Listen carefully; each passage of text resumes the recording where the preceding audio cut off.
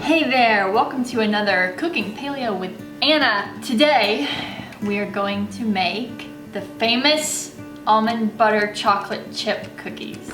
If you watch mine and Randy's vlogs, you know that I make these cookies quite a bit. A, because they're absolutely amazing and they taste terrific, and B, because they are super simple to make. The prep time for these cookies, 10 minutes. That's it. The cook time for these cookies, 10 minutes. That's why I make them all the time. They're just amazing. And we haven't gotten tired of them yet, so I'm just gonna keep making them until we do, which, Lord willing, that'll be never. One of the most exciting things about this cookie recipe is that they're paleo, of course.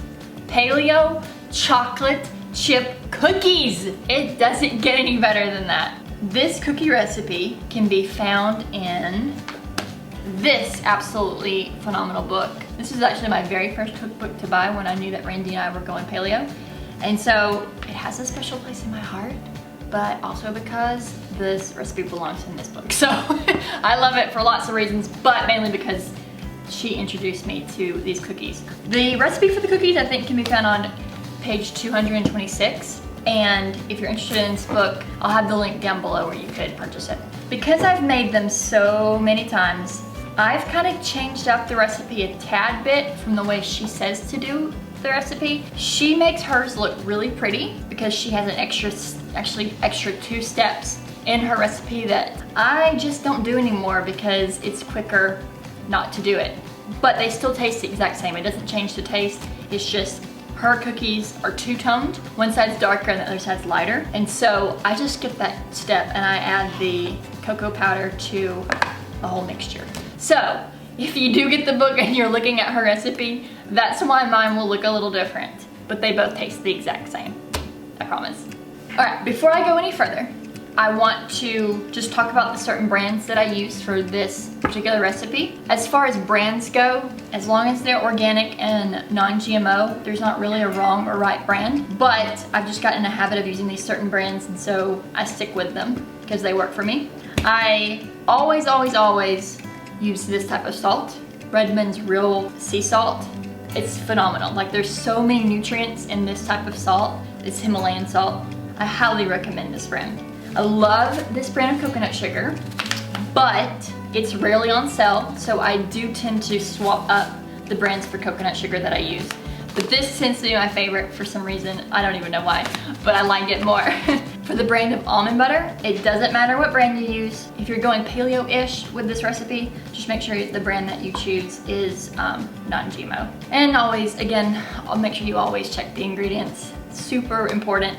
I tend to like the taste of this one a little better than some of the others, but I haven't necessarily tried too many other brands, so this is just my go-to.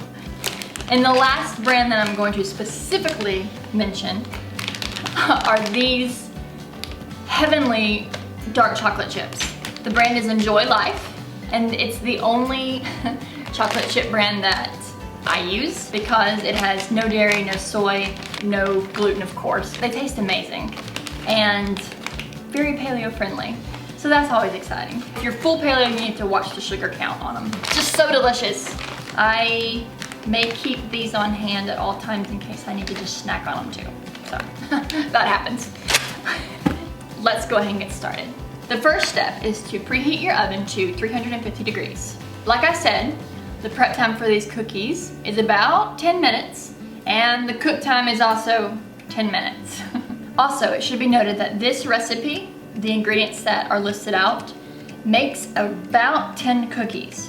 And so I always double the recipe, especially if I am taking them to an event or a family gathering. I always double the recipe, so that's what I'm used to doing. So I will tell you like the amount that calls for 10 cookies, but just know that I'm also going to be doubling the recipe, and I'll give you the amount of ingredients that I'm using for the doubleage. And here are the ingredients that we will be using.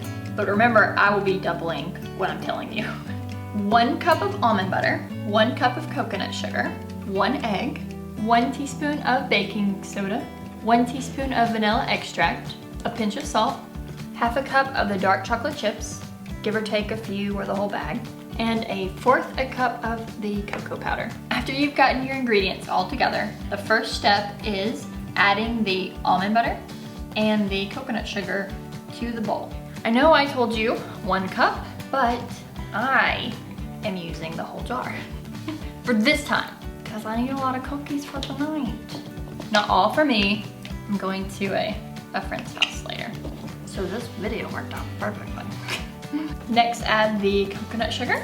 I told you 1 cup, but I'm using 2.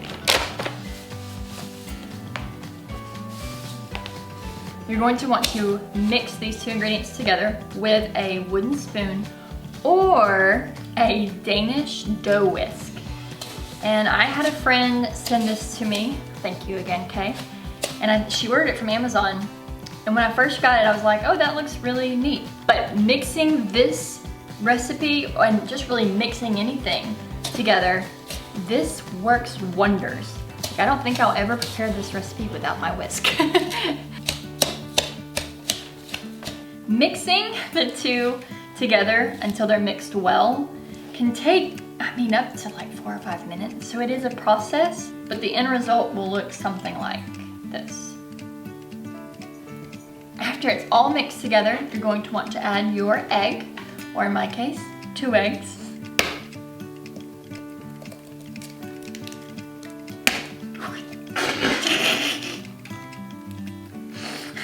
I was a little overzealous with that one. After you have cleaned the counter from the egg spillage, you're going to mix again. After the egg has been well combined with the other ingredients, you're going to add your baking soda, your vanilla extract, and your pinch of salt. Mix again. But this one takes a little less time. All right, now it's time for the glorious chocolate chips. You kind of fold those into the mixture. And now the cocoa powder. Poof.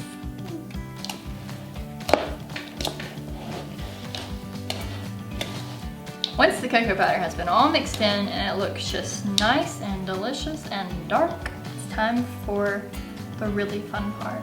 It's actually messy, but it doesn't have to be messy if you don't want it to be. I use my hands when I'm getting out the dough balls to put them on the baking sheet that's lined with parchment paper. I use my fingers, but if that grosses you out or you just are opposed to touching your food, you can use a spoon.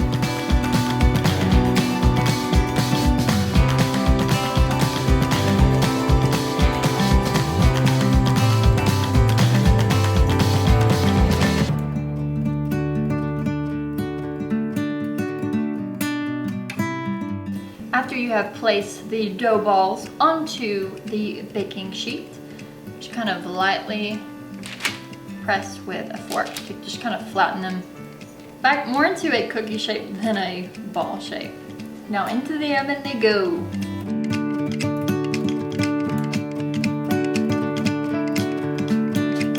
Cook time is about 10 minutes, like I've mentioned before. I've noticed that sometimes, depending on how many I've placed on a sheet or how close, sometimes they're still just a tad bit doughy looking when that 10-minute mark is up. So I usually just let them stay in for a minute or 2 longer, and that does the trick.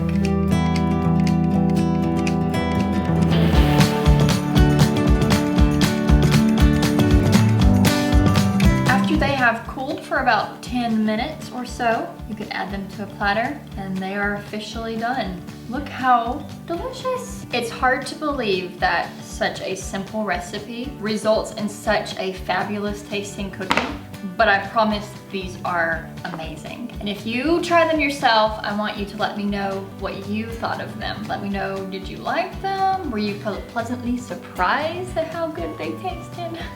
All right, that's a wrap on today's video. I hope you enjoyed it. If you did, give it a like if you would like. Make sure that you are subscribed if you are interested in seeing more of this type of video. And as always, I will see you in the next video.